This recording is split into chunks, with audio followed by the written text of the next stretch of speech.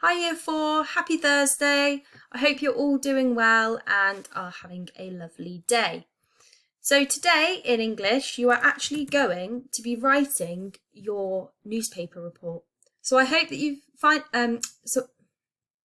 hope you've had time to have a look at the video that I have made to go with this.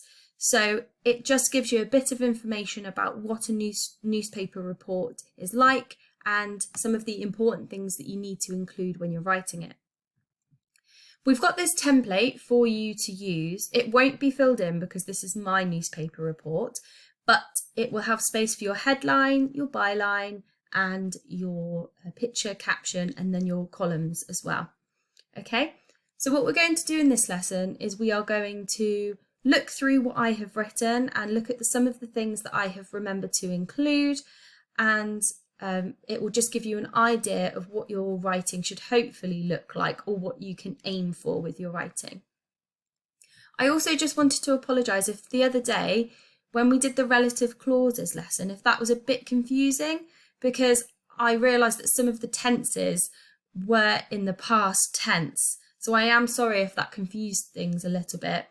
We will be using both the perfect present and the perfect past tense in our report, but it is right to be thinking we're probably going to be using more of the present tense. So I'm sorry if that got you a little bit confused, especially as we're preparing for a newspaper report as well. Sorry, that was just my phone. So yeah, today, as I've said, we're going to be looking at our newspaper report. So I'm just going to remind myself of my plan. So I've got my headline at the top here, then my introduction, and then my second paragraph was about the background story, and my third paragraph was all about Lucy's experience in the wardrobe, and then paragraph 4 was some expert witnesses, so I'm going to get some people's opinions on it, and then a conclusion, so just summarising what's happened basically and what we think might happen in the future. So these are the things that I have written, and I needed to make sure that I was including lots of information. So lots of things about Lucy's life, lots of things about just Lucy as a person and what her experience was like. And I was also going to talk about the professor as well and the mansion. Okay, so there's lots of things that I needed to include in my plan. So let's have a look and see if I have done that. Remember, you need to go back and have a look at your plans as you're writing, or try and have it in front of you. But remember, even though you've got this plan, you can still add to it or change it. It isn't set in stone. Like, that's what plans are for. They're to map it out. And then if you have a better idea, just add that in. Now, on the home learning page, I will put this useful table on there. You can go through it and see what you've included in your newspaper report to make sure that you're using those skills that we had a look at last week. So things like the perfect present and perfect past tense, important vocabulary, just as I said earlier in the newspaper video that they use in newspapers. It needs to be specific because you're talking about a specific subject. And then also your complex sentences, which will come from you using those relative pronouns, so who, which, and that. So as I said, you don't need to print this off, but if you would find it useful, then you can have a look at it, or you can even, whilst you're writing, have this video in front of you and just pause it on this screen. So as we read my newspaper article, we will go through and have a look and just make sure that I have included everything I could possibly include, and we'll just make sure that it sounds okay. Another thing that I want to point out with this lesson is that I will film this lesson as one lesson, but if you would like to, you can split it over Thursday and Friday, because Friday will be an editing lesson. We wouldn't usually do a write like this all in one day, but I know that some of you like to just write, and you will be finished maybe at the end. So I thought it'd be better just to film it in one video, and then you can decide whether you would like to do it sort of all at once or if you want to split it over 2 days. It's up to you. So this video will be on the daily core twice, so for Thursday and for Friday. Okay, so because I don't have my highlighter tool here, I will use my highlighter this way. So you can see I've got my headline, so I've got enchanted wardrobe found. So I haven't just said wardrobe found, I've said that it's enchanted because that is the specific feature of this wardrobe, and I want to draw the reader in. Initially, my title, I thought my headline was a bit long that I'd put in my plan, so I've made it shorter so that people don't think, oh gosh, that sounds like a very boring, long article. This just drags them in. And then I've got my byline, which is my shorter sentence, giving more information about my article. So I've got 8-year-old girl finds magical wardrobe in Somerset Village. And I've also included there, I have got how old the girl is. I've got who it is, so it's a girl, and where, so what it is, magical wardrobe and the Somerset Village. Okay, so let's read the first paragraph, which is the introduction. So, in the sleepy countryside, a miraculous story has unfolded. A girl, who is called Lucy, has found a magical wardrobe. Lucy, who was sent to the countryside following the horrific bombing in London, has said to have found the ancient wardrobe in an empty room. Along with her brothers and sister, she has been staying in a mansion on the edge of Somerset. And I might just say, on her second day, she stumbled upon the wardrobe. So I did a little bit of editing there as I went along. So remember, in your introduction, you need to do the 5 W's. So that might be who, what, when, where, how, and why. Okay, so why might be another one of those. So I have got the where, so I've got sleepy countryside. I've also got some interesting vocabulary like miraculous. So I'm describing what the story is, it's miraculous. I've got the who, which is a girl, and I've also got a complex sentence here, so who is called Lucy. I've got the what, magical wardrobe, and I have got just spotted the when. It was on the second day that she was staying at the mansion. So the mansion is also detailing the where, and the what, we've got the ancient wardrobe here. We've also got another who, because we can see here brothers and sisters. Now we haven't really got the how here, how she stumbled across it, but that might be in our next paragraph.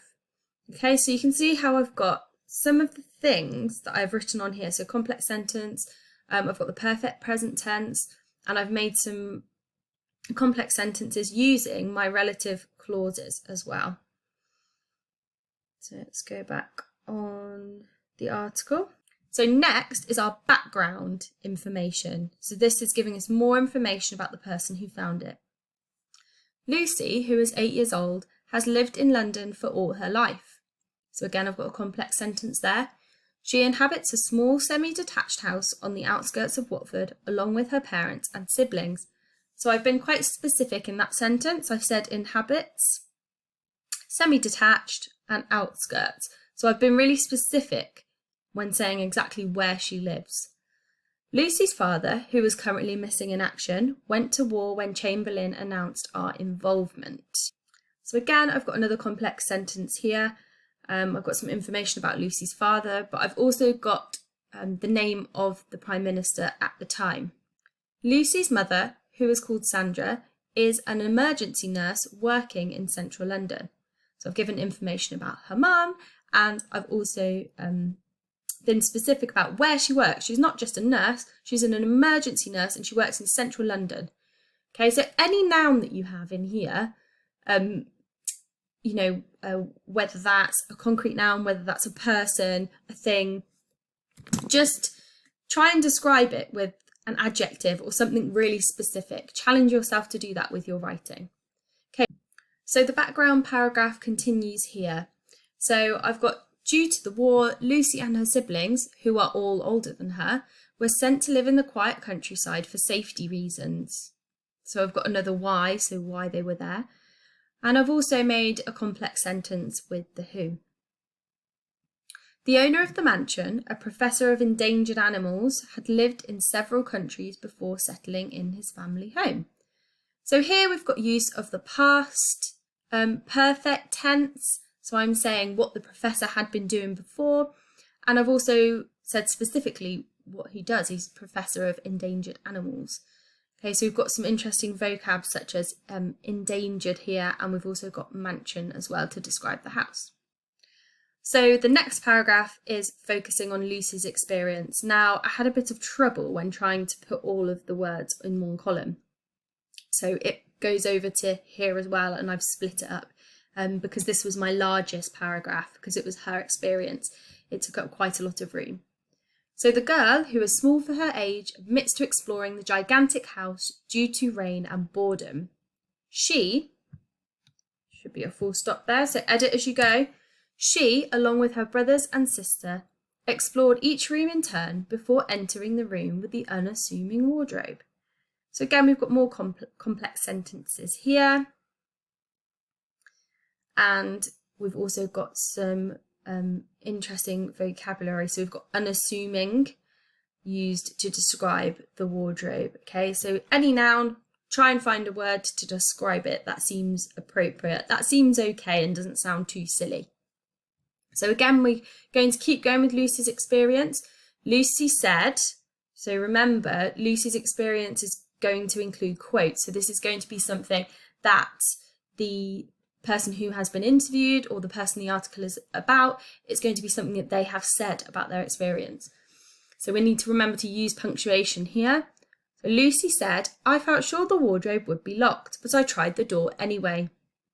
Once the door opened, the girl could not resist stroking the soft fur coats and therefore entered the wardrobe. Okay, so we have got some punctuation here, and then it just goes right back into the explanation again, right back into her experience. So it's not a conversation or anything like that. It's just a little bit of information that the character wanted to give, and it's going to add something to your article.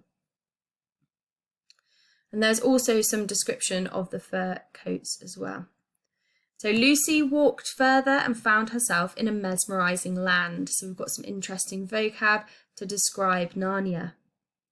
The land is described as being full of fir trees and covered with soft white powdery snow. So there's actually a description of Narnia. You could have Lucy quoting that description. So you could have Lucy said, this mesmerising land was covered in fir trees and snow. Lucy, who was shell-shocked, looked around the land in awe before spotting what had been described as a fawn. Okay, so that will be in punctuation because it will be something that Lucy has said. She has described something that is a fawn. Okay, and it might be that people haven't heard that before. So if it's fawn or Narnia, make sure that it's in punctuation.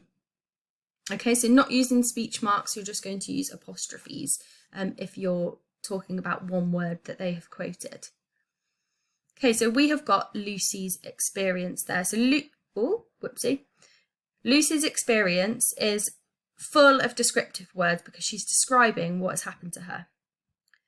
Okay, so let's move on. So I had to move on because there was a lot of writing on that one particular page. So let me just move myself over here.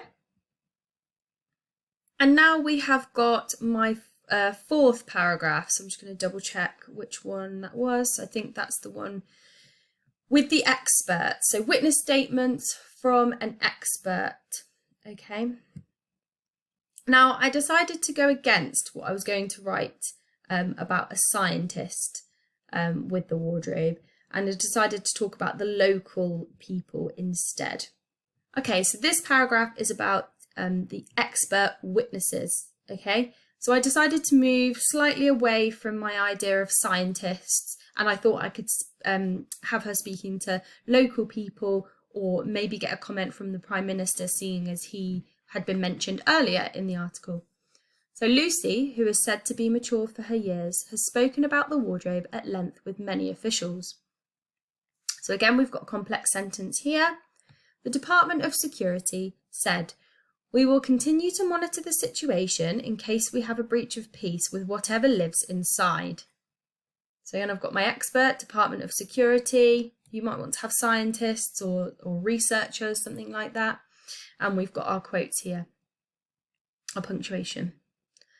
So Chamberlain himself has inspected the wardrobe, but found there to be no need for concern, as when he entered, he felt the back of the wardrobe almost immediately. Okay, so that's the Prime Minister himself has inspected the wardrobe. Lucy reported feeling sad that people may not believe her, as she claims to be a truthful person. So this is reporting Lucy's feelings. So that's a good way of saying that someone has said something, or if you might not be sure if it's true or not, you can say reported. Where am I? Whether the wardrobe be destroyed or kept in its current home remains to be seen. There is no doubt that this is the most extraordinary tale in a small corner of Somerset. So I've used the word extraordinary, so vocabulary, to describe this tale that is being told by Lucy, and I've been specific about why it's extraordinary, because it's happening in a small part of Somerset, so somewhere they never ever thought they would find a magical wardrobe. Okay, so lastly we have got our conclusion. So Lucy, who is often shy, has spoken to lots of officials regarding the enchanted wardrobe. So I've got a complex sentence there, and because it says she's often shy, it might mean that she doesn't want to speak to lots of people, and her doing that is a really big deal.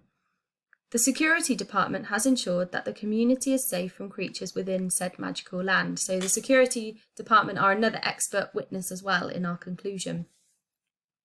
The Lord Mayor of Somerset has said, I would feel safer if the wardrobe was removed from my peaceful town. Government officials have said that they will be considering moving the wardrobe. Antique dealer Bob Johnson has said, I disagree that the wardrobe should be moved, as it is a rare antique. Only in the future will we know the fate of this enchanted wardrobe, but it is sure this is the most amazing tale of 1939. So we've got a specific date here, and what's happened in our conclusion is basically we've had lots of opinions and lots of last comments from people about how they feel about this magical wardrobe. So you might want to do that when you write your conclusion as well. So this gives you a short idea of some of the things that you might include in your newspaper report. So things you need to focus on are your plan. Also need to have a look at complex sentences and your relative clauses. So think, if you're mentioning a noun, can I make this a relative clause? Can I add any other information with who, that, or which? So you can have a look at lessons previously if you want to see how you could incorporate those, or have a look at your work from a couple of days ago. So hopefully that will give you some sort of idea of what your newspaper report might look like. I'm not expecting you to include absolutely everything, but if you can include at least 3 key points in each of your paragraph that give the reader an accurate idea of what's happened, then you've done an amazing job. Important things you need to remember are, can I include any relative clauses? So if I've got a noun, can I use who, that, or which to make my sentence complex, but also add more information? Have I used a good amount of adjectives? And is my vocabulary really specific? Can I use maybe an online dictionary to find another way of saying that word? Okay, so I'll put up the template of this as well as this success criteria here. I'm not expecting you to use this, but you just might find it helpful in guiding your writing and making sure that you've got some of those in each of your paragraph. And remember, I said you can split this lesson up between Thursday and Friday, so you don't have to do it all in one day or all in one go, because if we were in school we would be doing this on 2 separate days. Okay, so we will have Friday as sort of and I'll pop an editing lesson on there as well, because if you finished it on Thursday, then you can edit it all on Friday, and if you're on Friday, you can just keep going and then edit it at the end. Okay, So I hope you all get on okay with that. I will put all of the things online that you need that will help you write your newspaper report, but give it a good go. Remember your capital letters, punctuation, and I'm sure you will all do a fantastic job. So good luck, and we really look forward to seeing what you create. And again, just email us if you have any questions. So take care, have fun, and I'll see you soon. Bye.